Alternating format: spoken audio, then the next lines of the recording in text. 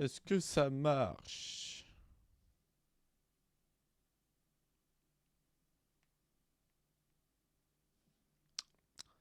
J'ai pas eu la notif Discord, hein. Mais... Ah, si, ça y est. Petit stream. On monte un documentaire. Et ouais, on doit monter un documentaire. J'ai pas le chat sous les yeux, mais ça va pas tarder. Chaîne. Tac, il est là. Comment je fais pour le bouger? Tac, il est là. Comment je fais pour le bouger? Ok, bon, le son c'est bon. La caméra c'est bon. Elle est cool la caméra. On me voit pas. Non, en fait, ça fait tellement longtemps que j'ai pas stream que je sais plus où il faut aller. Il faut aller là. Il faut faire ça. Détacher le chat. On va lancer ça. Il me faut OBS. Que je mets là. Je mets ça là. Hop. Et je mets ça comme ça. Ça comme ça. Il y a beaucoup de sources audio dans le petit OBS Studio. Un spectateur, je vois. Waouh. Passer le curseur pour afficher. Ok. Bon, du coup, on est là pour le petit montage d'un documentaire. Du coup, on est sur Adobe Premiere Pro pour monter ceci parce que finalement, c'est un peu de la balle ce logiciel, donc on utilise ça. Voilà. Enfin non, on peut utiliser d'autres choses, DaVinci, Final Cut, machin, truc. Mais pour le moment, on va utiliser ceci. Du coup, on est sur le début d'un projet. Enfin, le début, on est quand même sur une grosse partie. Enfin, un gros projet. On est déjà à 2 semaines sur un mois. Donc, ouais, un petit début. On attaque la 3e semaine la semaine prochaine. Et on va faire 2 interviews. Parce que une, ça ne suffit pas. Du coup, on est sur un documentaire qui est à 6 minutes 30. Partie A. En fait, ça, je m'en fous. Les photos, je m'en fous aussi. Et partie B, tac. Déjà, ça a plan de coupe.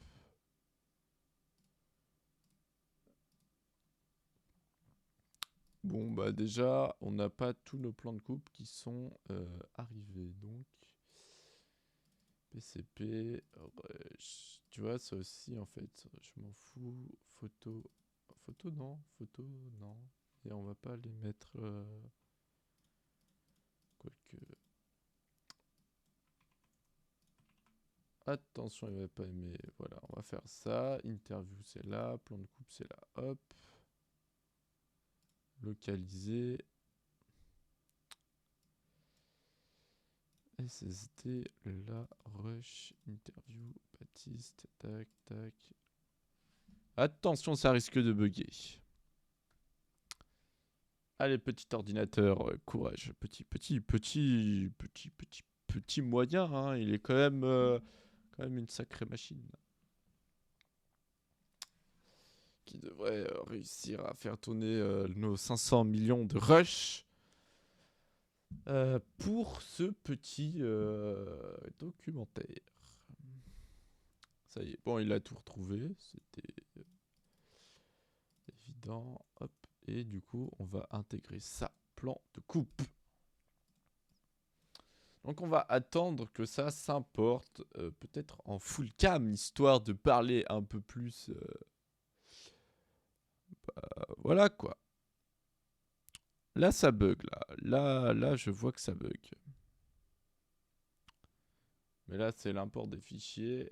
Du coup, il y a tout qui travaille à son max. C'est pour ça que j'avais pensé à faire du coup un PC de stream pour le montage de ce documentaire que je compte faire totalement en live. Mais le problème, c'est que si je fais ça, il n'y a plus de caméra. Et je trouve que la caméra, ça ajoute quand même quelque chose un peu cool. Mais après, peut-être que bah, c'est pas forcément utile. Donc voilà, maintenant, il va générer nos petits fichiers .pk pour toutes nos vidéos. Donc ça prend un peu de temps, mais ça va aller. Donc voilà, ce que je disais, c'est que j'aurais pu faire un peu cette stream du coup avec mon Camlink. Donc j'ai essayé, ça marche bien et ça prend pas de ressources du coup de l'ordinateur qui monte.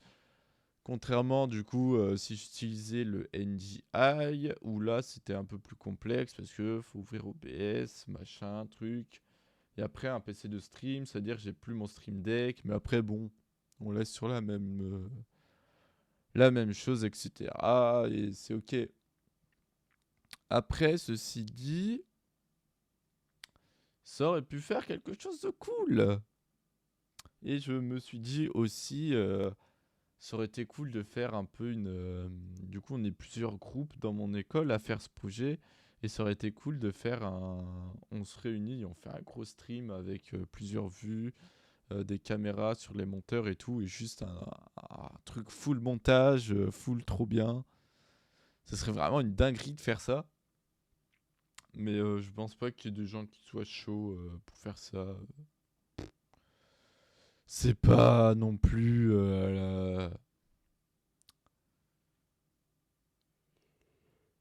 pas forcément le kiff des gens, voilà tout. Un peu de fatigue, excusez-moi. Bon, j'espère que quand même ça va plaire de voir un peu de montage. Je sais pas trop ce que ça va en faire. Mais voilà, donc on est toujours pas, ça a toujours pas fonctionné. Enfin, c'est toujours en train de faire les fichiers. Par contre, on va activer sur le Stream Deck une petite jauge de température parce qu'on n'est pas fou. Capteur, paf, aucune action. Ok. Et nous, on veut le CPU. Mémoire, charge, temp 1, 2, 3. Moteur vidéo. Fréquence des RAM. Puce. Voilà, avec un petit fond comme ça.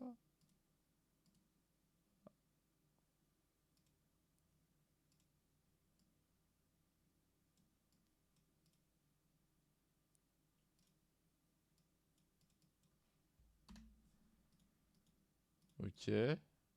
Peut-être que le fond il est pas très adéquat. Ouais, en fait, je vais juste mettre un fond tout noir. Voilà. Oui, du coup, vous voyez pas. Si je passe sur jeu, vous pouvez voir. J'ai configuré mon Stream Deck en mode. Du coup, c'est en mode stream. Du coup, vous pouvez voir la température du processeur, l'utilisation, une petite horloge, je mets de scène, les captures.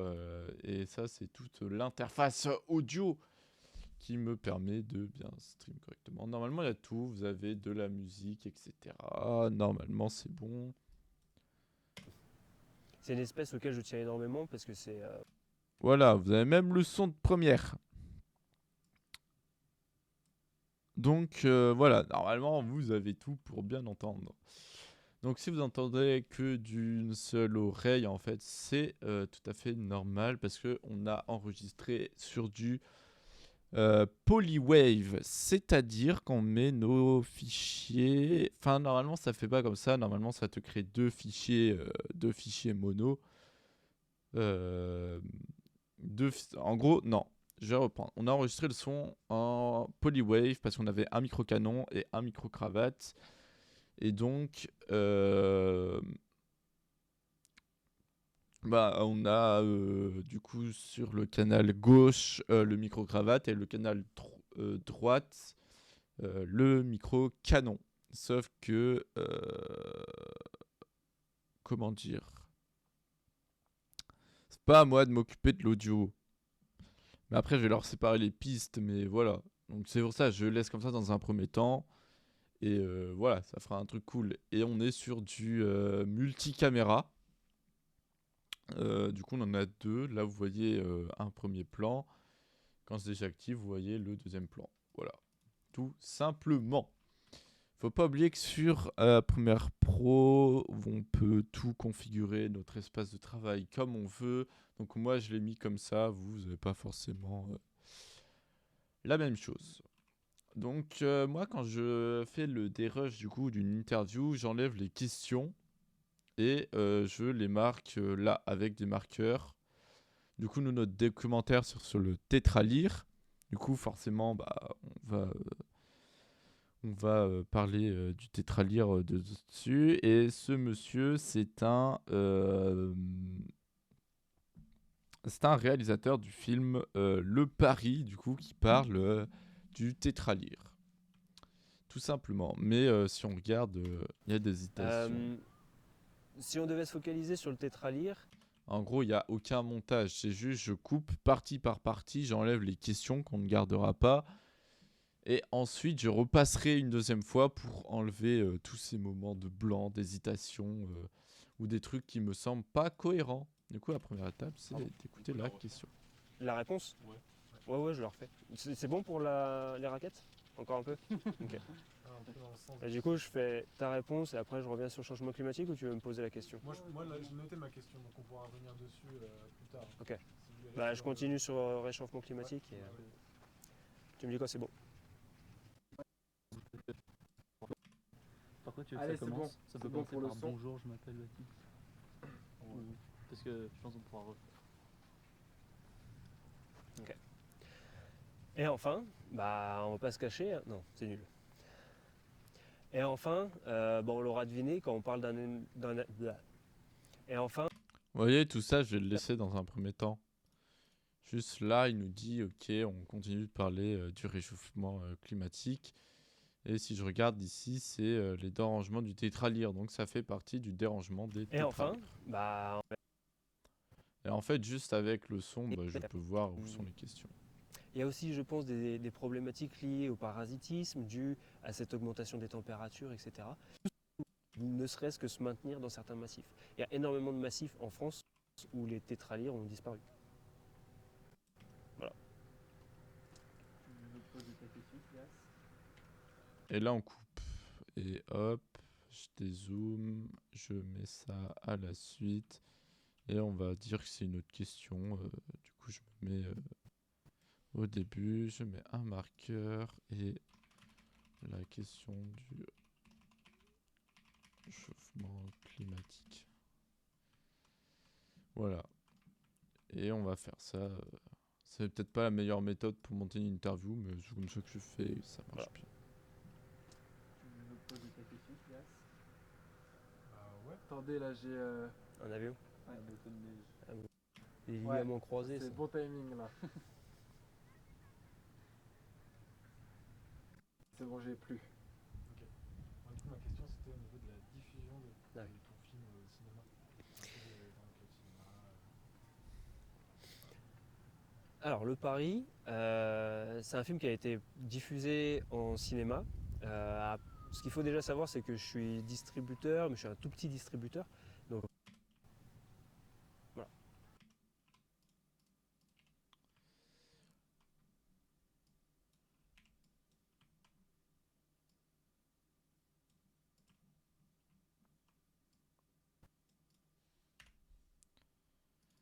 Là, on va parler.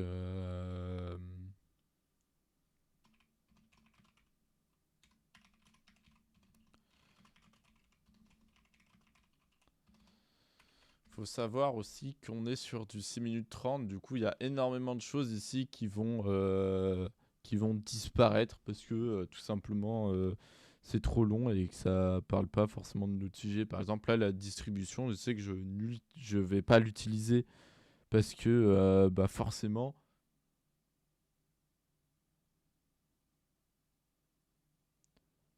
bah forcément, c'est pas un truc que je vais utiliser.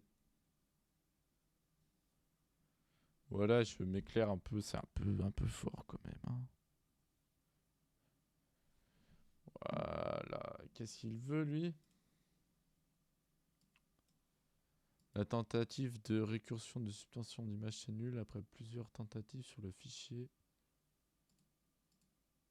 clip 0 mxf.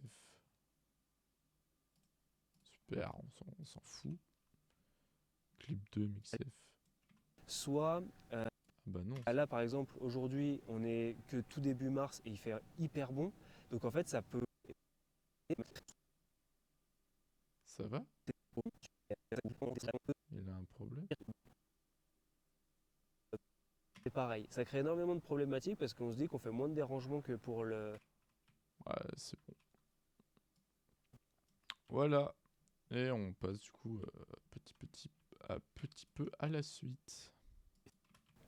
Ah oui, est-ce que tu avais eu des aides, des financements du CNC par exemple, ou des choses comme ça pour le film? C'est pour l'interview ou c'est pour toi? Non, c'est juste comme ça. C'est pour, Ok. Alors le film, Le Paris a été aussi soutenu.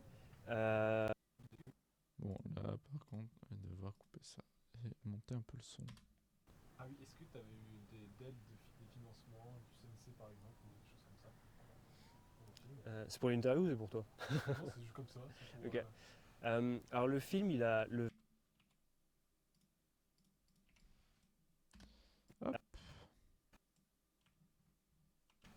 Alors le film, il a du don de matériel aussi pour ce film. Euh, Moi, je serais chaud, avant de continuer, juste de refaire le début. Est-ce que, genre la toute première phrase, est-ce que tu peux refaire quand tu te présentes, enfin Ok. vraiment la première phrase que tu as faite, mais en commençant par un bonjour. Un bonjour, ok. Ouais, genre Bonjour. Non, c'était nul. Alors bonjour, moi c'est Baptiste Déturche, je suis cinéaste animalier, je suis basé en Haute-Savoie et je produis, réalise et distribue. Ouais, ça aussi, c'est un truc en fait, dans un documentaire, ça a pas trop d'intérêt d'utiliser. Donc c'est un truc que j'utiliserai pas en fait, tout simplement. Ah bah, c'est un peu ça en fait, on catégorie et à la fin je ferai un truc, ce que j'utilise et ce que j'utilise pas. Donc là c'est les aides pour le film. Ouais, ça, moi je parle de la relation homme-animal du coup avec le tétralyre et c'est un truc qui a rien à faire là.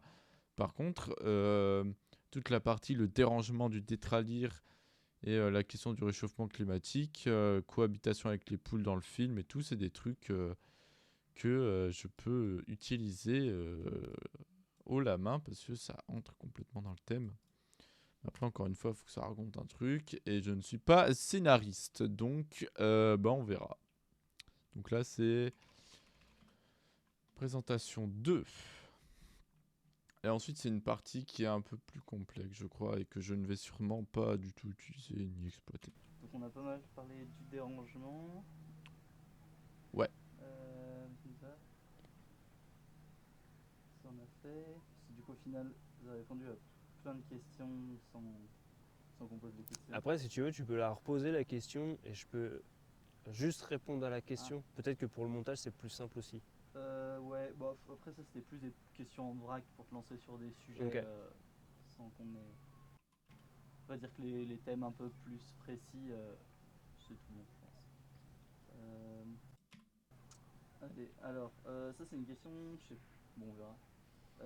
Comment se fait-il que le tétralyre, parce qu'en vrai, je sais pas, cette question je l'ai posée parce que le tétralyre c'est un oiseau dont j'entends parler depuis que je suis vraiment tout petit. En plus on est skié en Chartreuse, à Fraboutade, ça c'est des zones où il y a plein de parcs de tétras. Comment ça se fait que ce soit un oiseau qui soit quand même assez médiatisé comparé aux autres, qui est quand même assez connu, et pourtant, parce que c'est une espèce sensible, et pourtant il est toujours chassé dans certaines zones.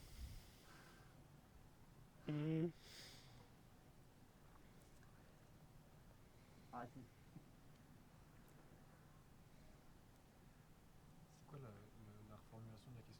Non, mais je pense que j'ai. un plus Et en fait, simple. tu veux savoir pourquoi il est chassé alors qu'il est médiatisé, quoi. Ouais, pourquoi est-ce qu'on parle autant de sa protection? Bah, là, c'est off. Euh, en fait, là, je vais essayer déjà de mettre au clair. Mais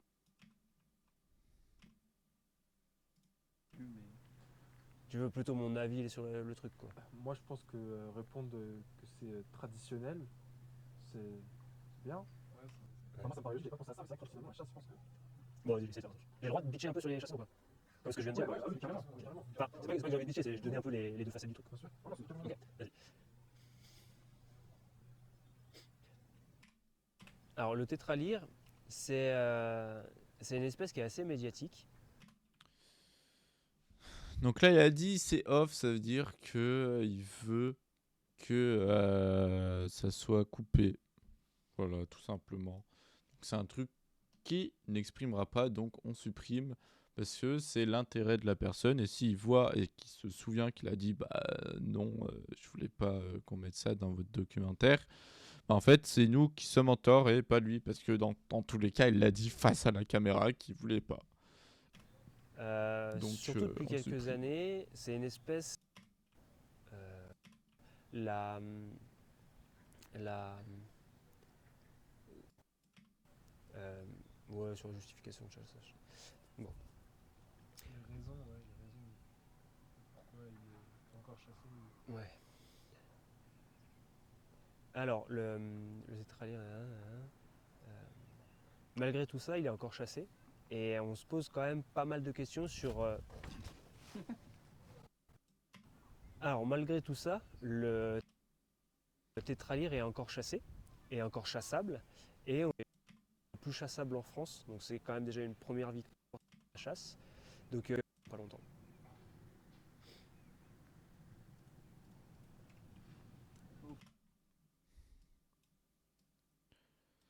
Voilà. Hop.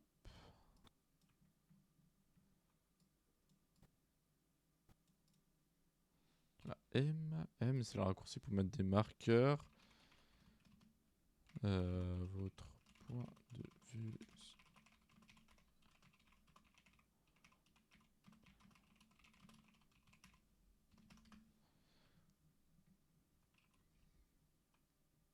Voilà. ok. Enfin, un peu une dernière question. C'est plus orienté vers quelque chose d'un peu plus.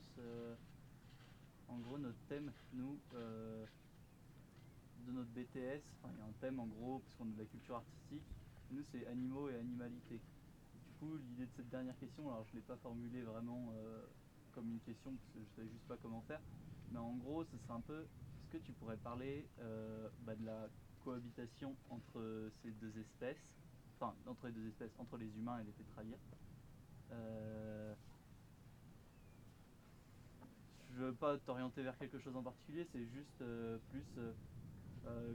est-ce que cette cohabitation est possible? Toi, quand tu vas les filmer, bah, tu es quand même extrêmement préparé à ça. Tu te camoufles, tu fais les choses bien, tu sais où ils sont, tu es déjà venu avant, tu as déjà repéré. Mais bon, la plupart des gens, ils fréquentent la montagne plus comme de la consommation ou comme du sport. Du coup, c'est différent, ils ont moins cette approche-là, donc ils ont plus d'impact. Est-ce que la cohabitation est possible? Et puis comment? Et puis est-ce qu'il faut faire des compromis? En plus, tu as parlé de liberté de l'humain et dire qu'on n'est pas libre en montagne, bien qu'on en ait l'impression, parce que en réalité, la montagne elle appartient à tout ce qui nous entoure, entre autres. Voilà, Ok. c'est une question très ouverte. C'est pas Une vraiment une question très mais- philosophique du coup. Ouais, un Très peu, philosophique. Ok. C'était un peu l'idée de ces dernières T'entends questions. les raquettes derrière ou c'est bon? Ok. Alors maintenant, on pourrait se poser la question de est-ce que le tétralyre et nos activités humaines. Bah, je recommence. Alors maintenant, on pourrait se poser la question de est-ce que les humains et les tétralyres peuvent cohabiter? Ou plutôt, est-ce que le tétralyre peut survivre dans un monde d'humains? Et ouais, est-ce qu'il peut? Eh ben non. Je rigole. Je sais plus, j'ai pas écouté jusqu'à la fin. Et là, ça va être la cohabitation entre l'humain et le tétra. Bim bam boum. Donc là, notre interview, elle est grosso modo des rushs. Grosso modo, hein, c'est pas la réalité des choses. Elle est pas forcément, elle est pas vraiment des rushs. Elle est plutôt. Bon, on a les grands points de l'interview. Après, il y a les trucs qu'on va utiliser et les trucs qu'on va pas utiliser. Du coup, il y a des trucs déjà que je veux pas utiliser, genre. Alors, Ça. je suis Baptiste Déturche, je suis cinéaste animé. On va mettre en rouge. Alors, je suis Baptiste Déturche. Explication de son film, je sais pas encore ça. J'ai réalisé un film qui s'appelle Le Paris. C'est un film sur les galliformes de montagne, donc toutes les espèces qui font partie de la famille du grand tétra, tétralyre, lagopède, géinote et perdrix-bartavel. Et donc c'est un film que j'ai réalisé en 2022, qui est sorti en 2023 au cinéma. Et en gros l'histoire c'était de partir un an dans nos montagnes de France pour essayer de filmer ces espèces-là, les documenter. Et le fait de vouloir... Changement du tétra, question réchauffement climatique, ouais. Ça, j'enlève. Ça, j'enlève. Présentation 2, j'enlève. Ça, je sais pas. On a du coup un notion que je ne vous montrerai pas. Mais avec, du coup, j'ai mon séquencier. Relation avec un réalisateur. Time-lapse nature. Ok, en fait, il explique ce qu'il fait. Ok, on m'a découpé toute ma... Ok, cam. On m'a découpé tout mon truc. Narration. Séquencier. Résumé la première. Homme. Ah non. Présentation, montage en avec le commencement de l'interview, gros plan et plan large. Il explique ce qu'il fait. Ok, bon. Ça va là. Je peux mettre le groupe là. Je peux reprendre ça donc. Bon. Peut-être. Et ça, oui. Donc, il faut qu'on monte tout ça.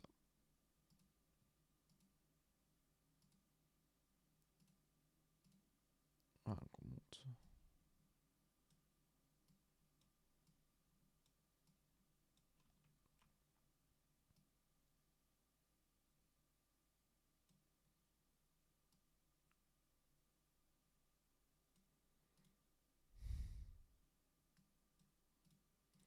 Je crois qu'il y avait une option pour que ça suive tout seul. Hop. J'ai réalisé un film qui s'appelle Le Paris. Donc là, j'ai peut-être un peu... Alors, j'ai réalisé un film...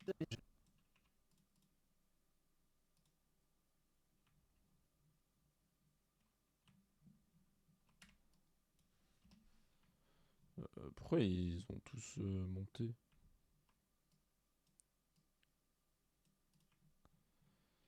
J'ai réalisé un film qui s'appelle Le Paris.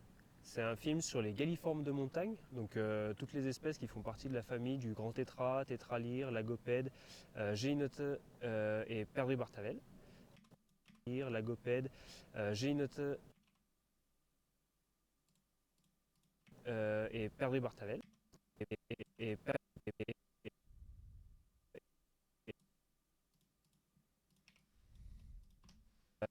tétralyre, lagopède et perdrix-bartavel.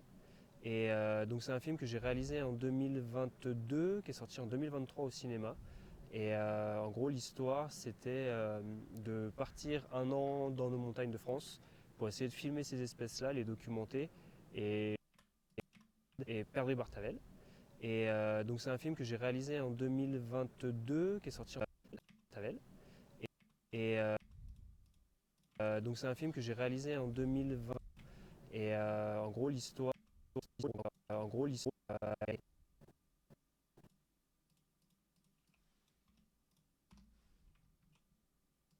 lire Lagopède et Perdrix Bartavel. Et en gros l'histoire c'était de partir un an dans nos montagnes de France pour essayer de filmer ces espèces-là, les documenter. Et le fait de vouloir faire ça sur un an, c'est pas du tout une histoire de challenge, c'est plus une histoire de se dépêcher de prendre conscience des problématiques liées à ces animaux-là. Et du coup, voilà, j'ai voulu faire un film sur ces petites poules de montagne. Voilà, donc le but c'est pas de faire non plus du hard cut. Le hard cut, ça veut dire qu'on va couper très très vite toutes les imperfections. Là, il y a beaucoup de machin, mais c'est ce qui fait finalement le charme du truc. Par contre, il faut que j'essaye de retrouver l'option pour qu'il me garde mes points au bon endroit. Cette énergumène.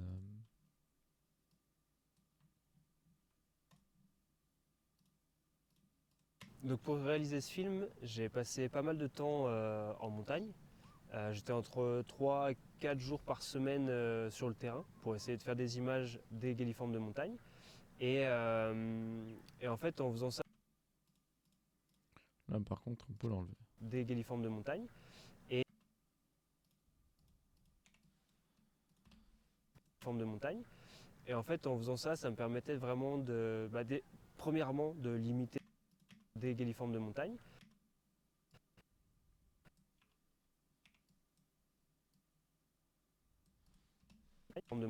Et en fait, en faisant ça, ça me permettait vraiment premièrement, de limiter énormément le dérangement pour pouvoir faire des images des galliformes. C'est quand même des animaux qui sont sensibles, qui sont dans des environnements un peu compliqués, etc.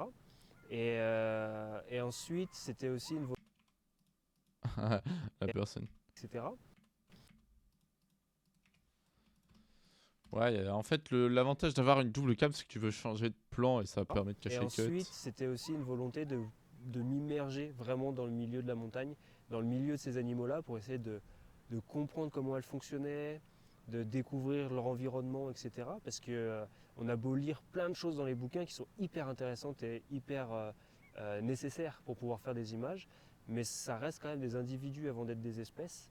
Et du coup, par exemple, les gélinotes que j'essayais de filmer, elles avaient des caractéristiques assez particulières. Et disons qu'elles n'étaient pas hyper matinales par rapport à ce qu'on peut lire dans la littérature. Donc voilà, c'était aussi prendre le temps de trouver les indices de présence, trouver les animaux et pouvoir faire des images.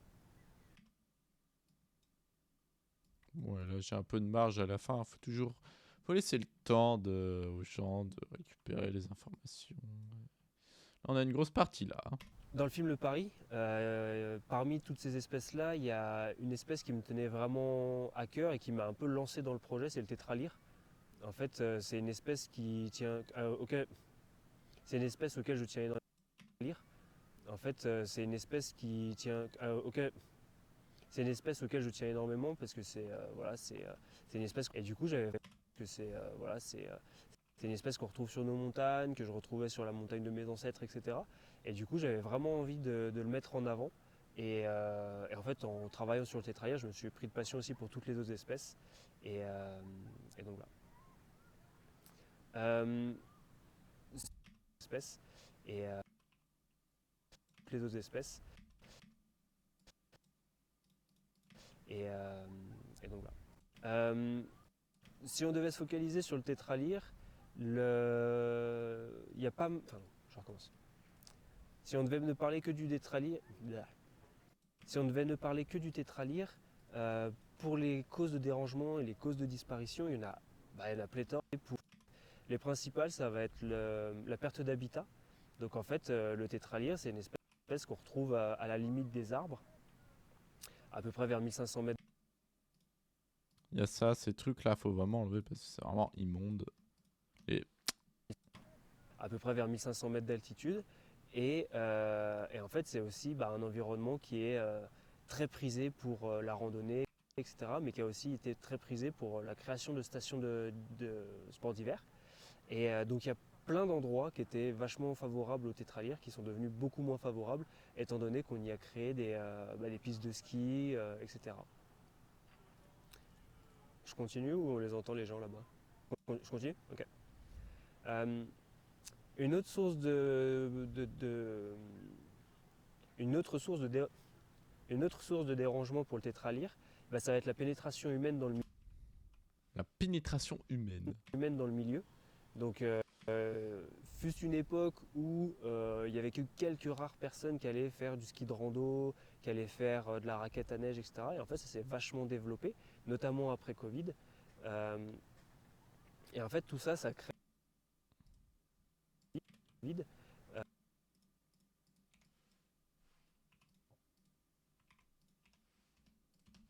En fait, tout ça, ça crée. Et là, tu vois, on peut mettre un petit fondu. Et en fait, Ça, c'est frappe. tout Voilà. ça, ça crée une pénétration humaine dans le milieu qui est hyper délétère. Parce que le problème, c'est que les tétralyres, ils adorent les combes un peu froides, où il y a beaucoup de peuf. Et c'est souvent l'endroit qui est favorisé aussi par les personnes qui veulent aller rider. Donc on se retrouve avec des personnes qui vont aller faire du ski dans ces environnements-là, faire sortir les tétralyres des igloos et les déranger en plein hiver, leur faire consommer énormément d'énergie, etc. La raquette à neige, c'est pareil. La raquette à neige, la raquette à neige, c'est pareil. La raquette à neige, c'est pareil. On le conscientise. C'est trop compliqué comme mot. La raquette à neige, c'est pareil. Ça crée énormément de problématiques parce qu'on se dit qu'on fait moins de dérangements que pour le ski de rando. Mais le problème, c'est qu'on va plus pénétrer les environnements forestiers. Et le problème des environnements forestiers, le problème de la raquette à neige, c'est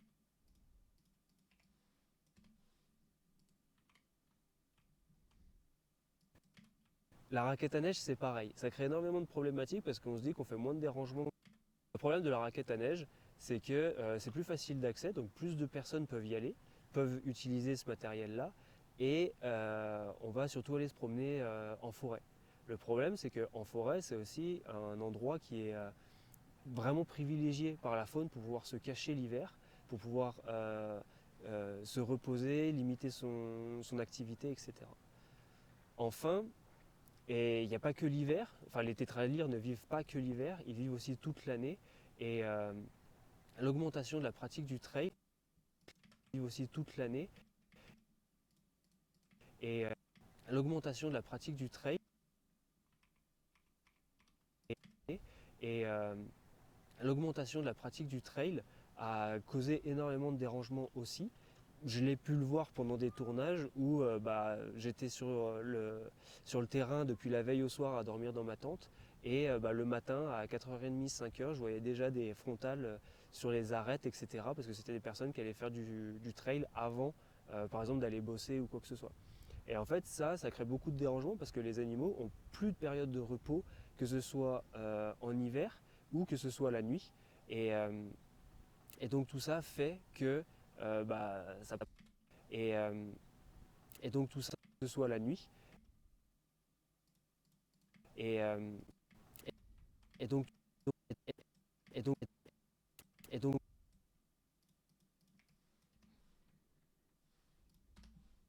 que ce soit la nuit et donc tout ça fait que ça pose beaucoup de problématiques vis-à-vis de ces animaux-là. Ensuite, avec la randonnée, c'est pareil. Beaucoup de choses. Quoi. Ensuite, avec la randonnée, ensuite, avec la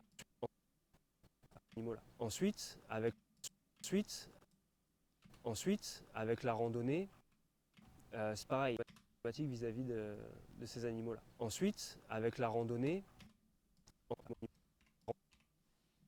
ensuite, avec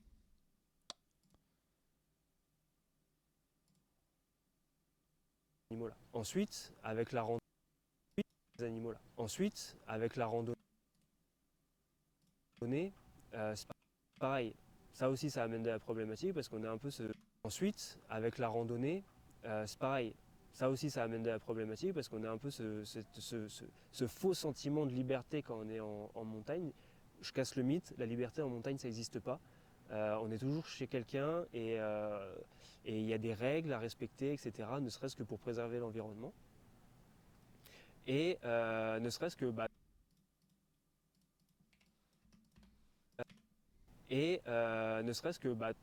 tenir son chien en laisse.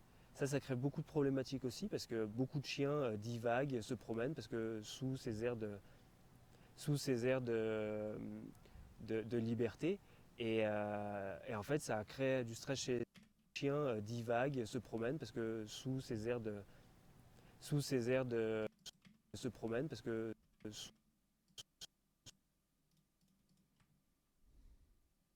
sous ces airs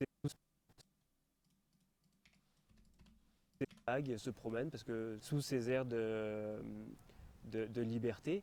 Et en fait, ça crée du stress chez les animaux, ça les dérange. Certains peuvent se faire croquer, etc. Donc c'est pas ouf. Et donc voilà. Et après, certains peuvent se faire croquer, etc. Donc c'est pas ouf. Et hop là. Je sais pas je sais pas tout assemblé. Hop.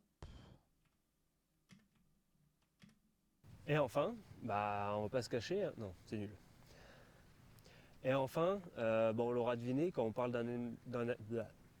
Et enfin, on l'aura deviné, quand on parle d'un animal qui a besoin du froid, qui vit en montagne, une autre source de problématique. Et enfin, on l'aura deviné, quand on parle d'un animal qui a besoin du froid, qui vit en montagne, une autre source de problématique, ça va être le dérèglement climatique. En fait, il y a moins de neige, il y a beaucoup de précipitations l'hiver, même en altitude, il y a moins de neige, il y a beaucoup de précipitations l'hiver, même en altitude, de précipitations de pluie et pas de neige, même en altitude.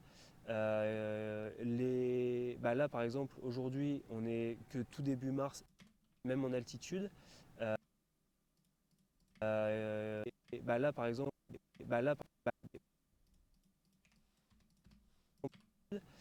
par exemple, aujourd'hui, on est que tout début mars et il fait hyper bon.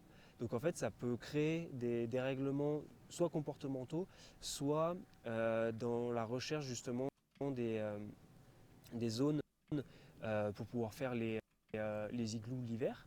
Donc il y a eu des hivers où on ne trouvait quasiment pas d'igloo parce que les oiseaux n'avaient pas assez de neige pour pouvoir se protéger. Ça crée aussi des problématiques au printemps parce que de plus en plus les printemps sont humides, pluvieux. Et donc ça, quand on a des animaux qui se reproduisent sous la pluie, ça les humide, pluvieux. Et donc ça, quand on a des animaux qui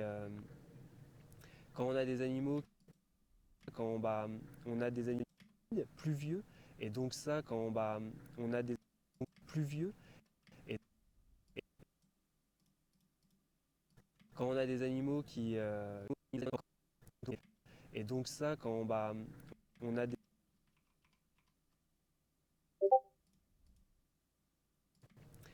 des animaux qui se reproduisent. Et donc ça, quand on a des animaux qui se reproduisent sous la pluie,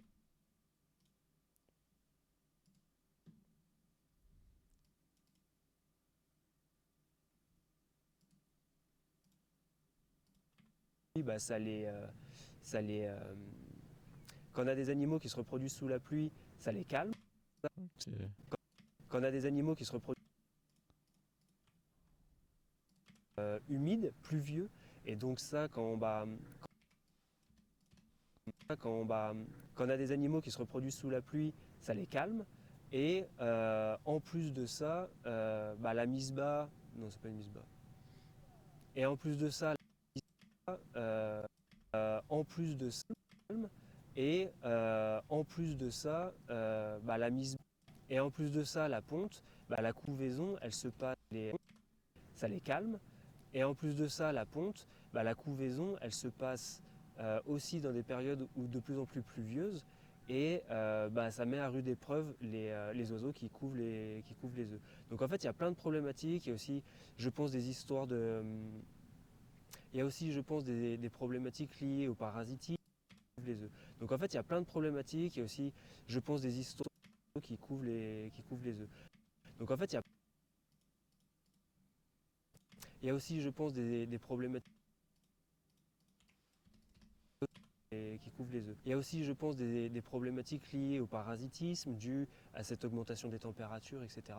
Et donc voilà, ça pose quand même énormément de problématiques. Je recommence. Donc tout cet ensemble quand même énormément de problématiques. Énormément de problématiques. Énormément de problématiques. Donc tout cet ensemble de pression. Donc tout cet ensemble de pression, qu'elle soit humaine, environnementale, etc., crée énormément de difficultés aux tétralyres pour pouvoir se redévelopper ou ne serait-ce que se maintenir dans certains massifs. Il y a énormément de massifs en France où les tétralyres ont disparu. Et voilà. Bon, ceux qui se demandent pourquoi l'image est grise, en fait, on a filmé avec un profil qui s'appelle le log. Et c'est un profil qui permet d'avoir une plage dynamique assez importante. Et donc, en gros, ça veut dire que on a beaucoup d'informations dans les hautes lumières et beaucoup d'informations dans les basses lumières. Enfin, à peu près. C'est pas la réalité, mais en gros, c'est ça. C'est pour ça que l'image est grise, mais après, on aura un travail de colorisation qui se fera une fois le montage fait. En soi, je peux mettre les couleurs telles qu'elles sont maintenant, mais ça n'a pas trop d'intérêt, à part prendre du temps pour pas grand-chose. Alors le tétralyre, c'est une espèce qui est assez médiatique. Surtout depuis quelques années, c'est une espèce qui est vraiment emblématique des montagnes. Alors le tétralyre, c'est une espèce qui est assez médiatique. Ça pique, ça. C'est une espèce qui est assez médiatique. Surtout depuis quelques années. Surtout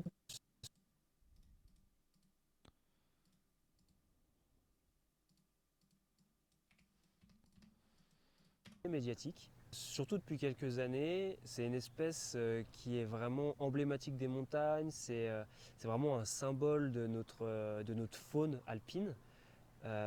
Malgré tout ça, notre faune alpine, malgré faune alpine, malgré tout ça, malgré le fait qu'on parle de sa disparition, de la diminution de ses populations, etc., l'oiseau est encore chassé dans pas mal de massifs français et ça pose un peu des questions sur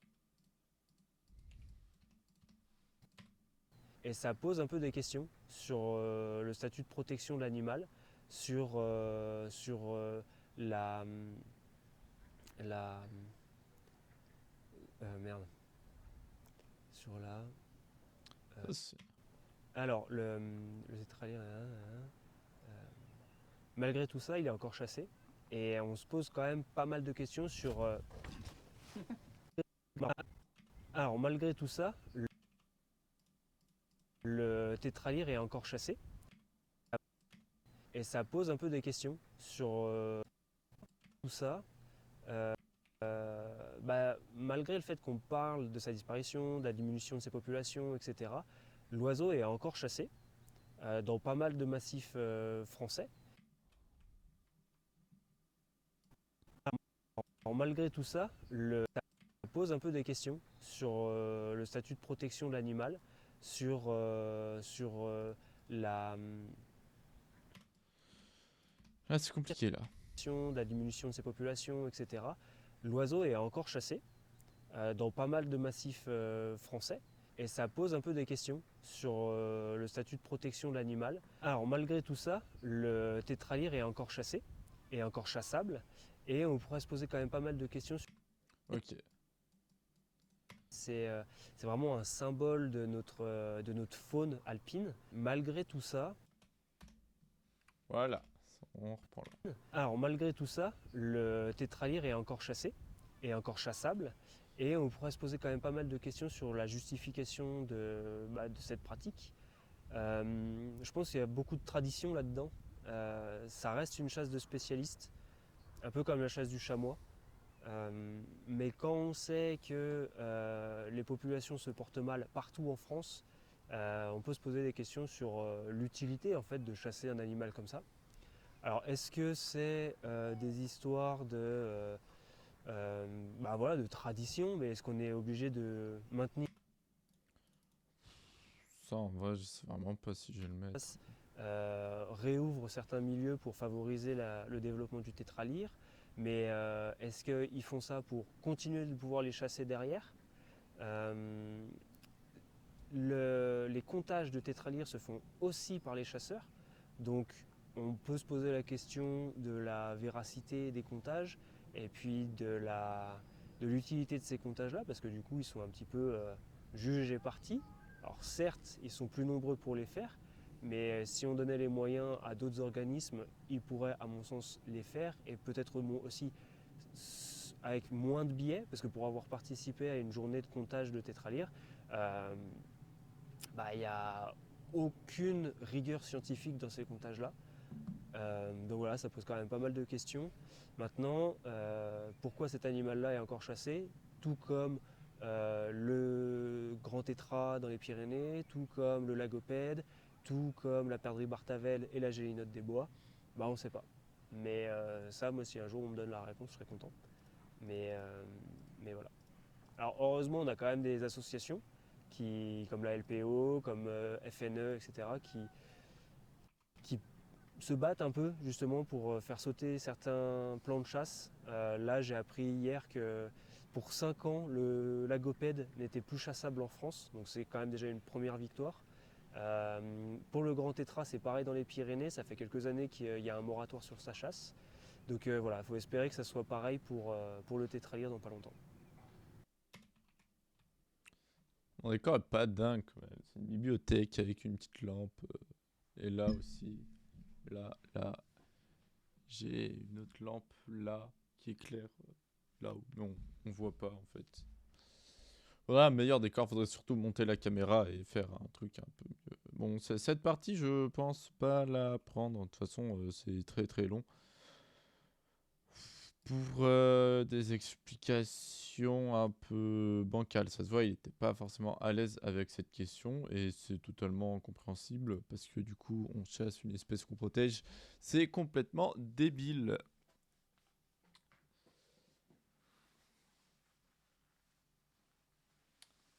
Aïe aïe aïe. Oui, j'ai un plaid parce qu'il fait moins 15. Et alors, vous avez rien entendu de toute façon. Le micro est trop directif.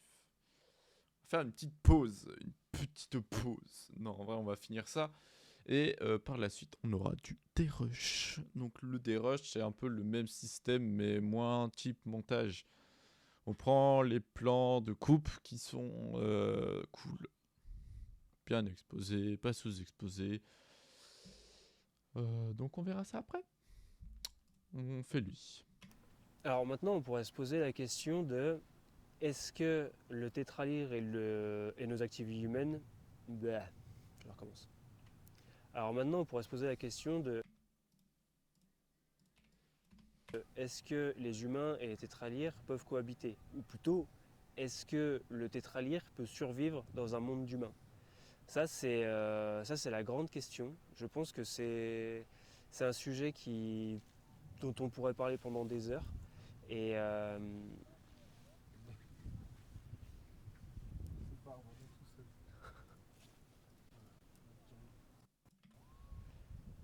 donc c'est un sujet dont on pourrait parler pendant des...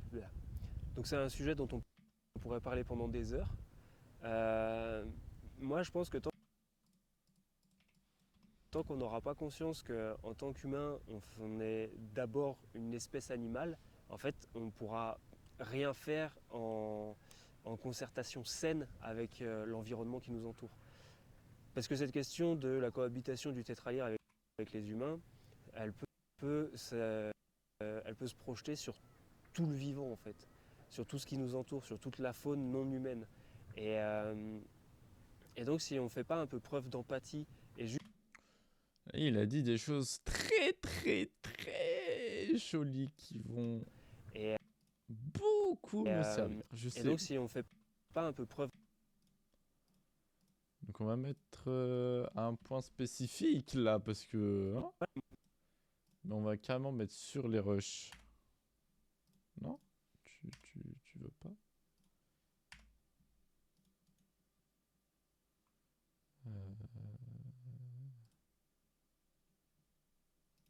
Mais c'est quoi ça? Moi je pense que tant qu'on n'aura pas conscience qu'en tant qu'humain, on est d'abord une espèce animale, et donc si on ne fait pas un peu preuve d'empathie et juste de respect pour le vivant, bah ça va être compliqué pour le tétralyre. Parce que le tétralyre, techniquement, si on ne fait pas un peu attention à juste respecter ses zones de quiétude, si on ne respecte pas ses périodes critiques, si on ne respecte pas sa reproduction, si on ne respecte pas son développement, etc., ou plus généralement, si on ne respecte juste pas son environnement dans lequel il vit, et ce qu'on fait déjà assez peu, ça va être compliqué pour le tétralyre. C'est une espèce qui est hypersensible, c'est une espèce qui est hyper spécialisée à son environnement. Donc le moindre changement est un changement majeur pour l'espèce. Donc ce qui moi me paraît le plus simple, mais pas forcément le plus évident pour tout le monde, c'est juste d'aller en nature, dans le sauvage, avec du respect. Et c'est pas très compliqué, je fais la métaphore aux gamins quand je vais faire les projections Il y scolaires a avec eux. toutes C'est que les quand on va dans le pistes qui sauvage, sont on allumées. va comme si on allait chez notre voisin.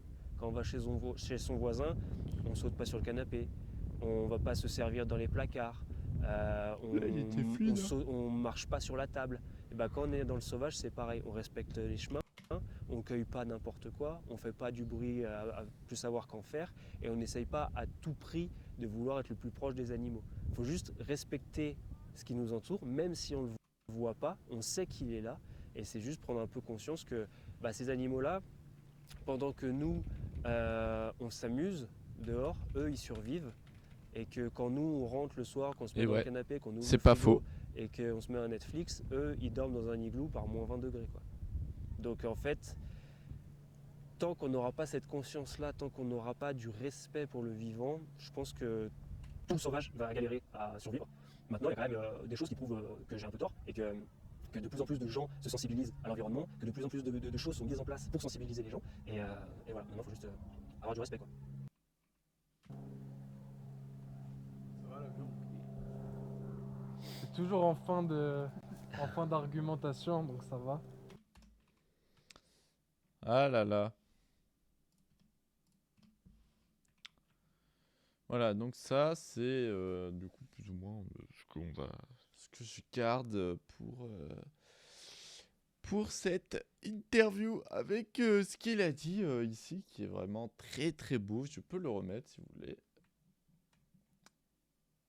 C'est vraiment très beau. Moi, je pense que tant qu'on n'aura pas conscience qu'en tant qu'humain, on est d'abord une espèce animale, en fait, on ne pourra rien faire en concertation saine avec l'environnement qui nous entoure. Parce que cette question de la cohabitation du tétralyre avec les humains, elle peut se projeter sur tout le vivant en fait, sur tout ce qui nous entoure, sur toute la faune non humaine. Et donc si on ne fait pas un... Voilà, je trouvais ça sublime. Vous avez le droit de dire non. Bon, ensuite, ce qu'on va faire, c'est qu'on va régler ce petit souci de son. Enfin, un souci. Vraiment aucun souci, juste on duplique la piste. Donc là, on a deux pistes. Et là, on va faire micro-cravate. Donc le micro-cravate, c'est celui qui est le plus fort parce que c'est par définition le micro le plus proche de la bouche. Et donc l'effet, on va faire gauche. Et nous, on veut remplir la droite avec la gauche. Hop.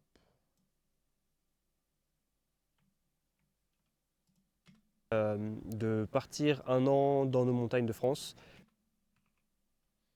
Et sur la piste d'en dessous, on va faire l'inverse.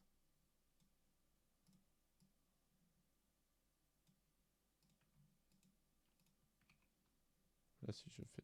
Pour essayer de filmer ces espèces-là, les documenter. Et le fait de vouloir faire ça sur un an, c'est pas du tout une histoire de challenge, c'est plus une histoire de se dépêcher de... Voilà, et là, le son est quand même bien mieux. Donc voilà. Et par la suite, on supprimera le son des caméras. Juste là, je le laisse. On sait jamais. Donc, voilà. Niveau du son, c'est fait. Donc ça, vraiment, c'est comment je range mon projet, pour ceux qui savent pas. Voilà. Je fais un onglet Rush, un onglet Audio, un onglet Musique et un onglet Timeline. Après, il y aura aussi un onglet Animation qui va suivre. D'ailleurs, on peut carrément le faire. Du coup, on note 0,5-8 Animation. Le 0,5, ça permet que ça soit toujours dans le même ordre. Ensuite, on peut faire un double clic. Un double clic, ce qui nous permet d'être ici. La interview. Là, on a l'interview du coup de Baptiste. On va changer le libellé par contre. On va mettre un bleu-vert pour lui. Et lui, on va lui mettre en lavande. Comme ça, quand je vois, je fais bien la différence entre les deux. Et dans le plan de coupe, on a du coup des plans de coupe là.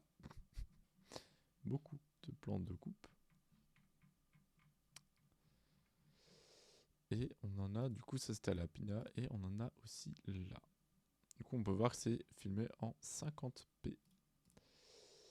Et dans l'interview de Baptiste, on a du coup nos deux caméras, sauf qu'ici, on a deux plans que je vais importer. Et on va les importer ici. On va commencer. Lui, c'est lequel? Je te regarde toi, je regarde...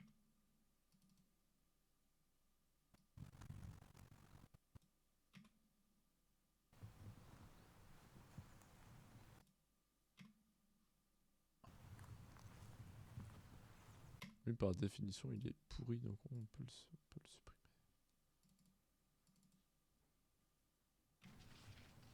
On peut la refaire.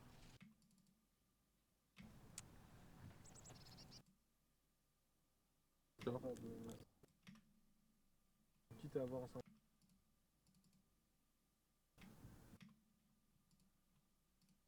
Et ça aussi. Du coup.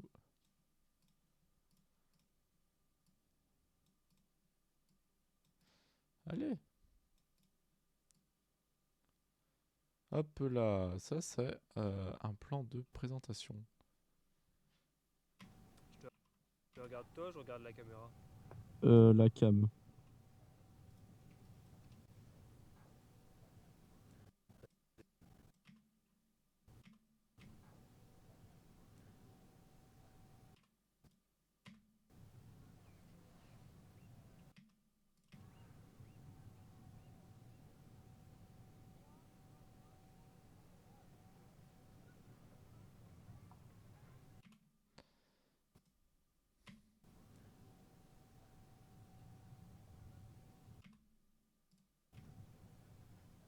Ça te défonce.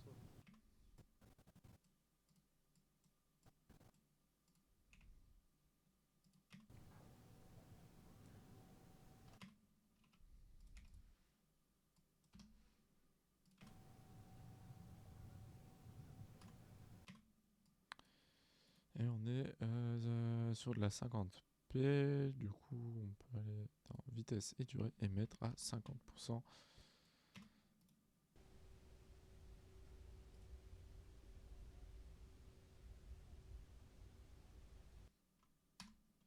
Ou alors on a lui.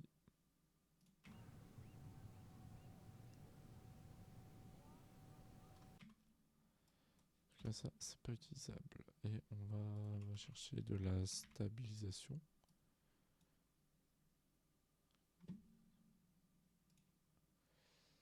Ok, oui. Ça, j'avais oublié. Du coup, quand il y a ça, on doit faire un briquet. Et là, c'est présentation.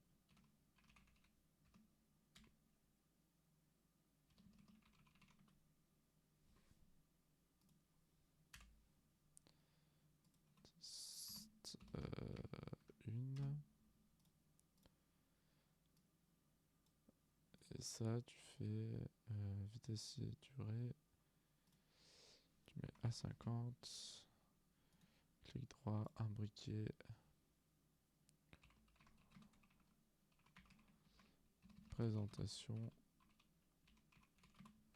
2. Comme ça, tu sélectionnes les deux. Tu mets une stabilisation. Il fait ton truc. On va aller dans Timeline. On va créer un nouveau dossier. On va faire un briquet. Hop, hop. Un briquet. Paf, Timeline. Et là, il va nous travailler notre petite stabilisation. Et au pire, on fait une composition After Effects.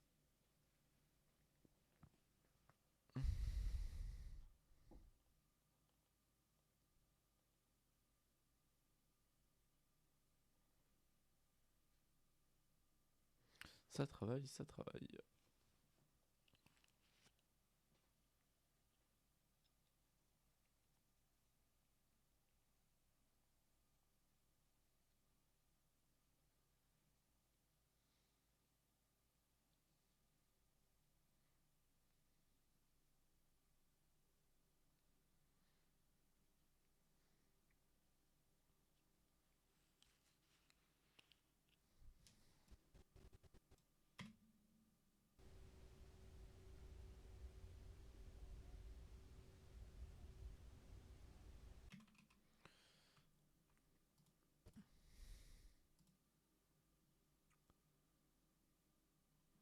Ça, j'ai jamais compris. C'est vraiment aléatoire le temps que ça met.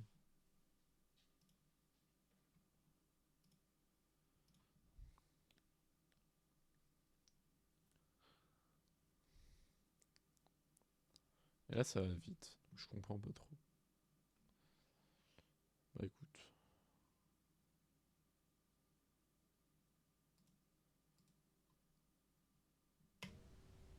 Il n'y a pas grand chose à stabiliser.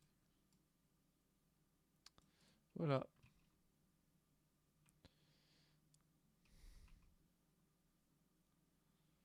Donc tout ça. Tout ça, on va mettre ça là.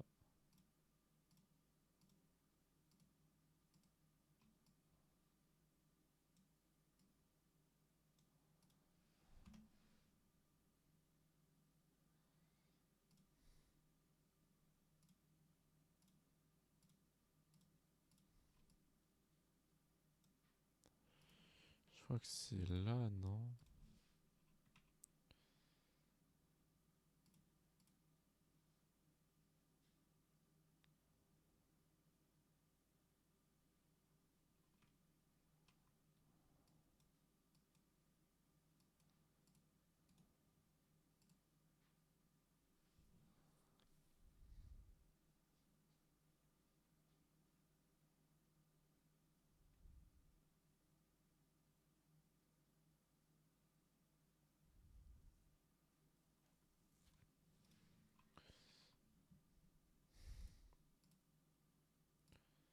Animation, il n'y a rien, c'est normal.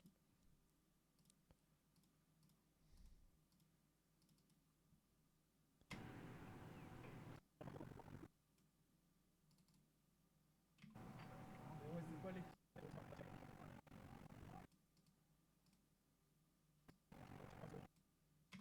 au cinéma, hein. J'ai pas dit non, non, on va le prendre à deux. Ouais.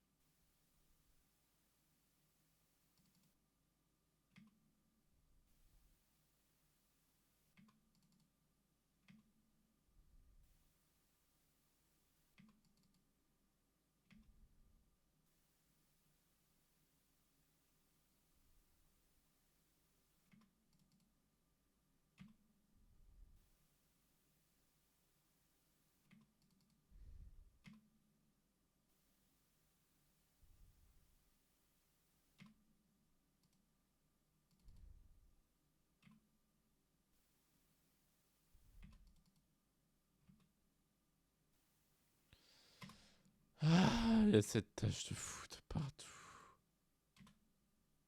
Et là, il y a une tache.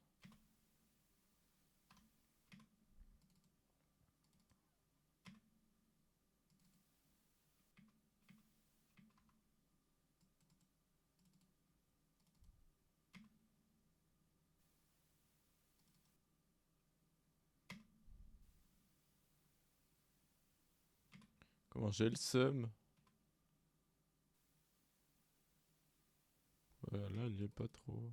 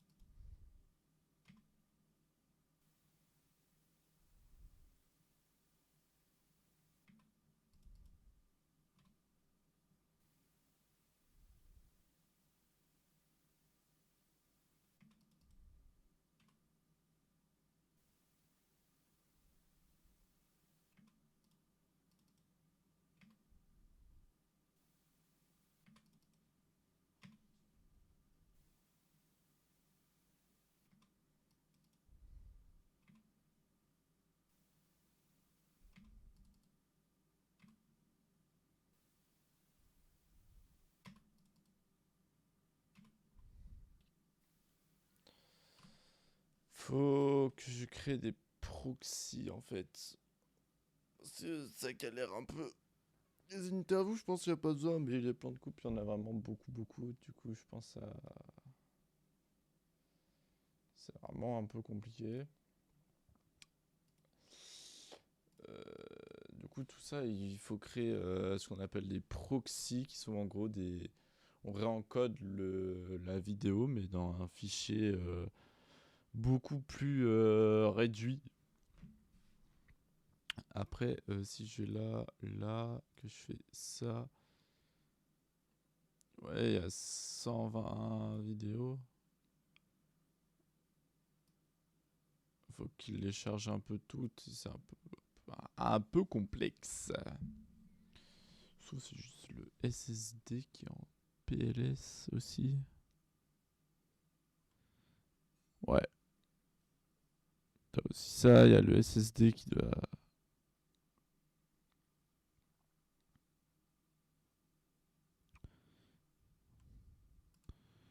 Eh ben, on peut pas dire que ça mange pas de RAM, hein.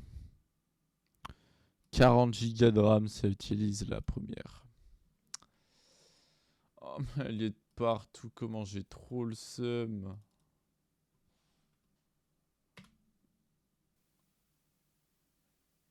Oh, c'est immonde.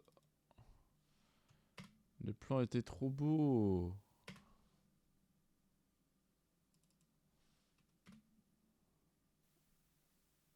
Ah là, il a pas. En fait, ils sont pas sur tous, mais ils sont sur beaucoup.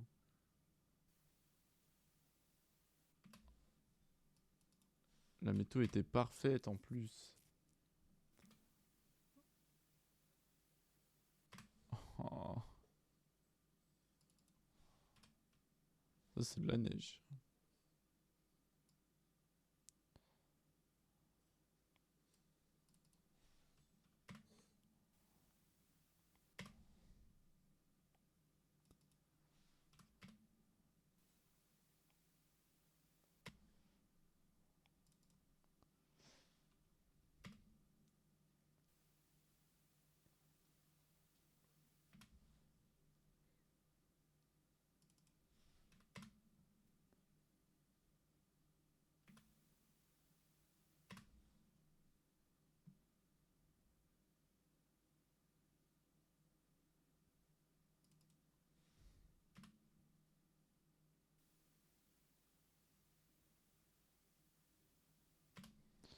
Tout est tout sale en fait, c'est aberrant.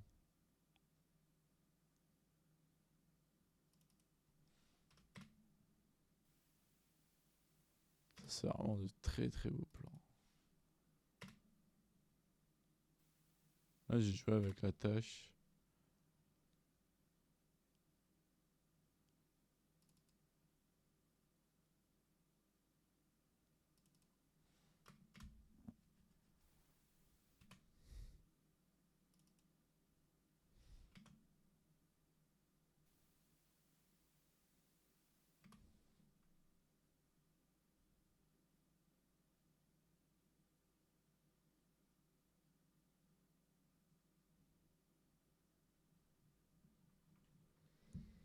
Ah, j'ai trop le seum.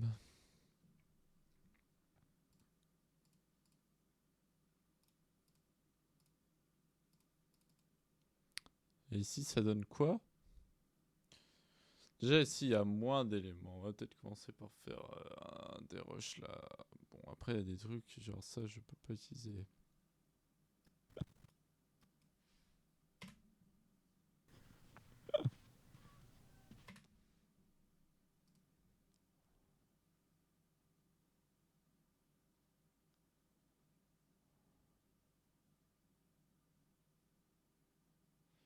Comment? J'aimerais avoir ma caméra. Pourquoi il me dit encodage en surcharge? Ah.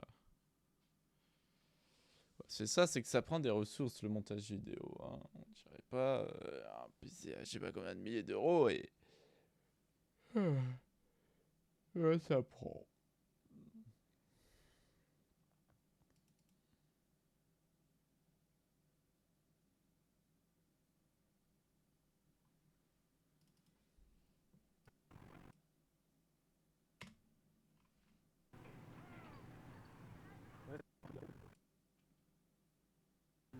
En fait, parce que moi,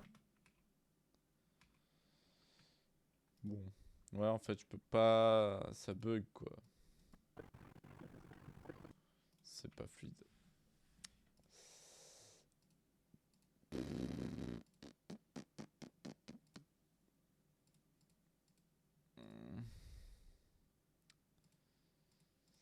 Mais si j'encode tout... Genre ça, on n'aura pas... Ça, j'ai sûrement en ravoir. Mais en fait, c'est que ça va prendre beaucoup de place pour pas grand-chose. Bah, allez. Doublure. Créer des doublures. Ah, H264. Ouais, on va faire ça. Icône proxy.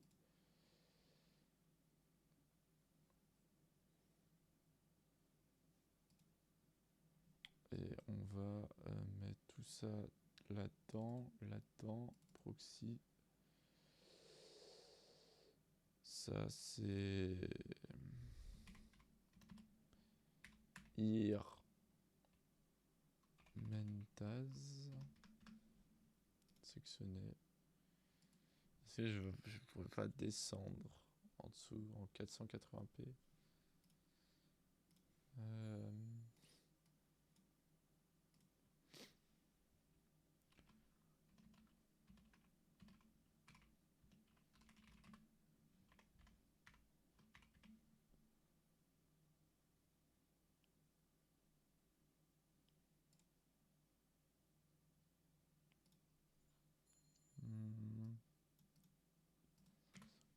Et en 16 oula 16.9 800 854 par 480 du coup 480. Ok. Du coup là ça nous lance un petit média encodeur et ça va nous encoder nos 60 je sais pas combien clips. Et on aura le droit donc au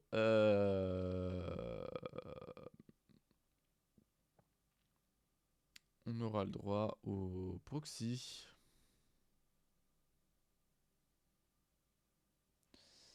Mais du coup voilà, il faut qu'il les envoie tous. Et ça prend un peu de temps. Donc généralement, c'est des trucs que tu fais avant de commencer à monter. Comme ça, bah, t'as pas trop de soucis. Mais là, du coup, on a quand même un petit souci. Mais bon. Voilà, du coup, il doit envoyer tous les clips. Donc c'est ce qu'il fait. Et en fait, j'ai que 500 gigas dans ce PC pour faire le montage de ça. Du coup, ça va être chiant. Mais peut-être que les proxys, je vais les mettre sur un autre disque. Parce que du coup, on peut mettre sur un autre disque. Donc, il y a moyen que je fasse ça. Parce que ça range quand même dire sûr, c'est de la 4K 50p. Pour être un peu plus à l'aise. En plus, on est en stream, donc ça aide pas. Bon, j'espère que la cam et tout, ça vous plaît, hein. Moi, j'aime bien. Je trouve ça cool. Est-ce que si j'ajoute de la lumière... Ouais, il n'y a pas de lumière. Oh, c'est clair un petit peu. Ouais, on fait un petit décor lumineux. Après, on peut voir, hein, niveau performance... Ouais, ça a bien réduit, hein. Voilà, ça mange de la RAM, hein, quand même. Et ça calcule pas mal. Elle aussi, ça mange bien.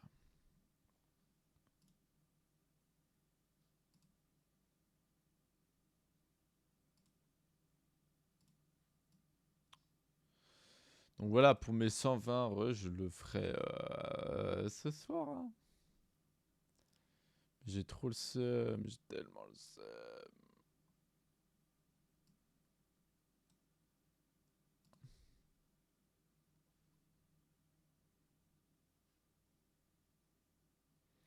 Bah ouais, parce que là, du coup, ils sont pas prêts, il faut les encoder après. Voilà, là, ils commencent à les encoder. Et là, voilà, donc ça prend un certain temps. Et là, on peut continuer le montage, mais bon, vu que ça prend pas mal de ressources, en fait, ça mange surtout du processeur. Voilà la carte aussi, hein, ça se voit le calcul. Ça, c'est le stream, ça doit être...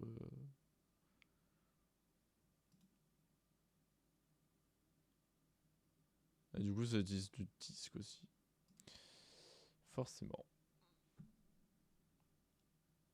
Voilà, et ça nous fait des toutes petites vidéos. Donc j'ai mis vraiment très léger et en fait ça devient super fluide et en vrai t'as pas besoin de forcément plus pour du montage, hein. À quoi ça sert de faire plus pour du montage je sais pas trop.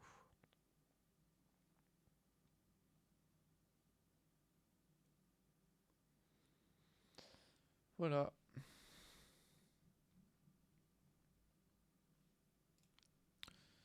Du coup, partie séquencier, c'est ok. Crédit.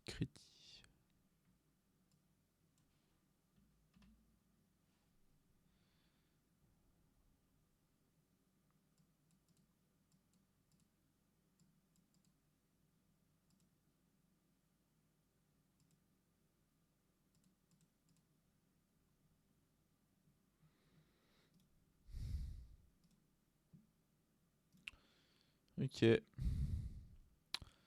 Bon bah voilà, hein.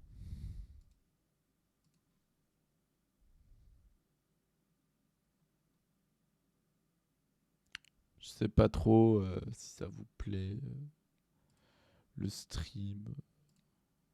Ça c'est fluide, hein. Ça monte pas en encodage en surcharge. Pourtant, j'ai accélération GPU.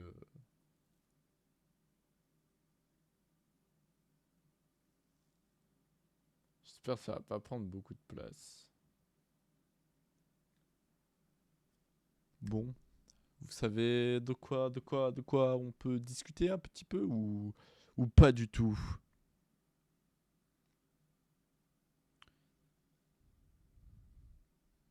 Il y a une piste audio qui...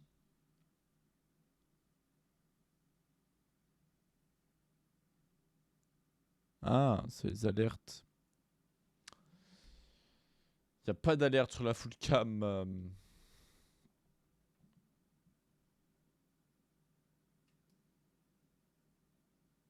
Il y a tout ça quand même. Bon bah voilà, ça va être pas. Et ensuite pour activer les proxys, c'est ce petit bouton. Donc là ils sont activés. Donc ici on peut voir les proxys qui sont faits. Et du coup là c'est c'est méga super fluide. Hein.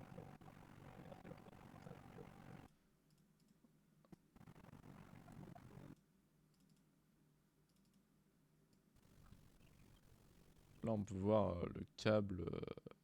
Mais ouais du coup si on met en plein écran c'est vraiment immonde. Tu vois, impossible de dessiner.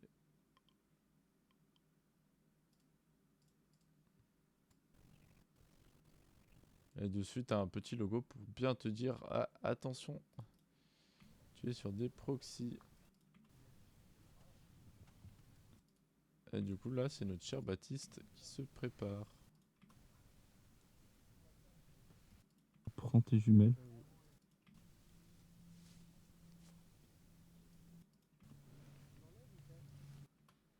Et tout ça en 50p, comme ça, on peut bien faire la voix. Ouais, là, il n'y a plus.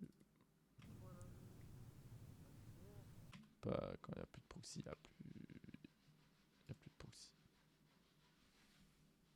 Là, on voit mon nombre.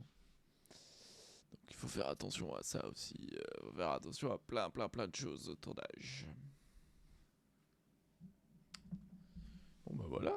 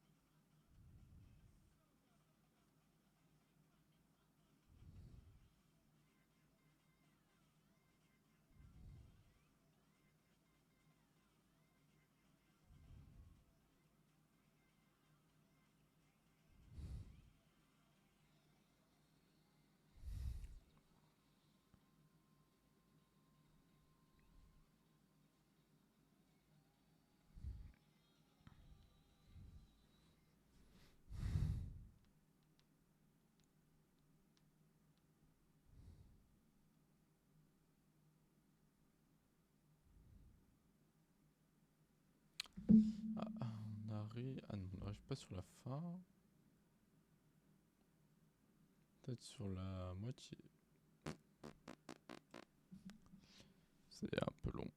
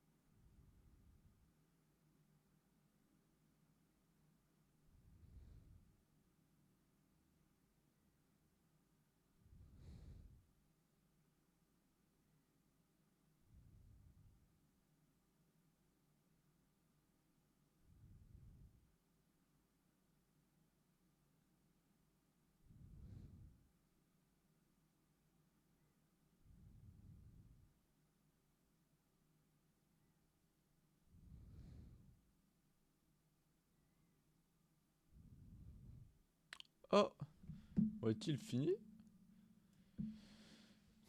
Nickel, bah voilà, maintenant on peut passer au dérush. Ouais, c'est bien. En fait, la prise canon est un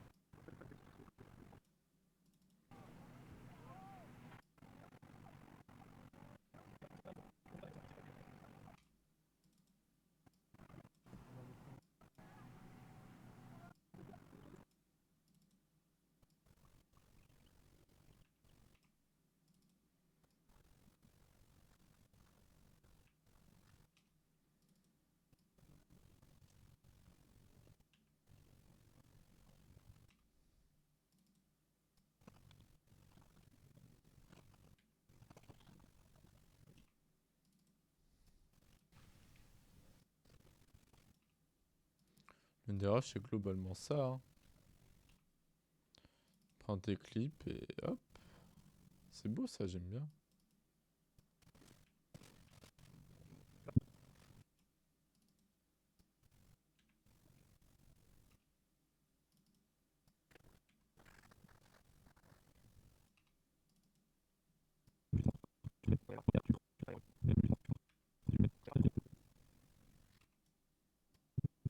Ouais, et après, tu-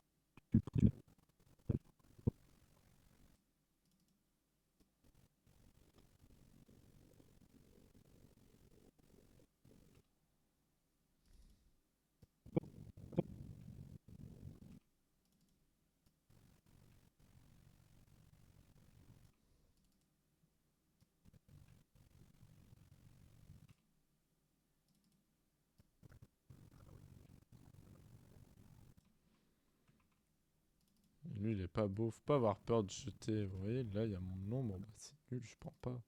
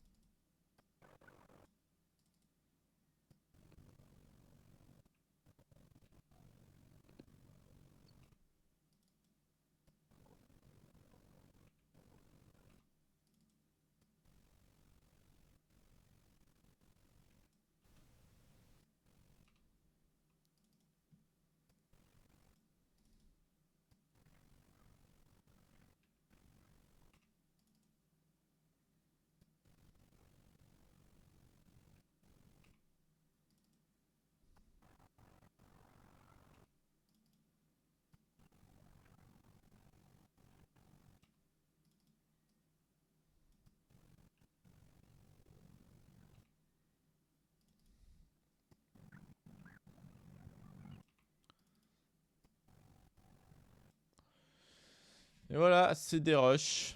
Donc voilà, c'est ce qu'on appelle du dérush. Juste, voilà, et après tu peux... Après tu peux tout prendre et mettre dans une timeline et faire ce qu'on appelle un ours. Et en gros, un ours, c'est une timeline où tu vas mettre tous tes plans qui vont correspondre à un sujet. Par exemple, là, j'aurais pu faire un ours nature, un ours où c'est lui qui travaille. Et je pense que c'est ce que je vais faire. Et comme ça, ensuite, on peut faire ce qu'on appelle un montage en pub cake. Ça veut dire qu'on aura une timeline. Bah, en fait, j'essaie de le montrer, mais vous n'êtes pas à côté de moi. Vous avez une timeline là, et vous allez en mettre une autre par-dessus. Et ensuite, vous avez juste à faire glisser-déposer par rapport au plan que vous voulez. Par contre, ça prend de la ressource. Et encore une fois, le proxy que j'ai créé tout à l'heure, bah, il va servir à ça. Donc ici, on en a... Là, on en a aussi. Après, malheureusement, ouais. Du coup, on va aussi faire doublure. Créer des doublures. Donc là, ça nous garde notre preset, heureusement. On va sélectionner un emplacement. Où là, on va faire, du coup, c'est la Pinéa. Après, je vais entrer dedans et je vais faire 1. Et il y aura aussi renommé 1, 2, parce que je compte y retourner, parce que du coup, mes plans sont un peu ratés. Et là, on fait OK. Et encore une fois, bah, on va devoir attendre que ça crée des proxys. C'est pour ça que c'est quelque chose d'assez long. Et de toute façon, je pense que je vais arrêter là pour le montage. Je vais lui laisser faire ses proxys tranquillement. Je pourrais même dédier un autre ordinateur pour la création des proxys. Mais bon. On prend le plus puissant, comme ça, ça va plus vite. Et là, normalement, il est censé me les joindre quelque part. C'est pas trop ce qu'il me fait. Mais bon. Du coup, on va s'arrêter là. J'espère que ce petit live vous aura plu et que les autres, les prochains vont également vous plaire.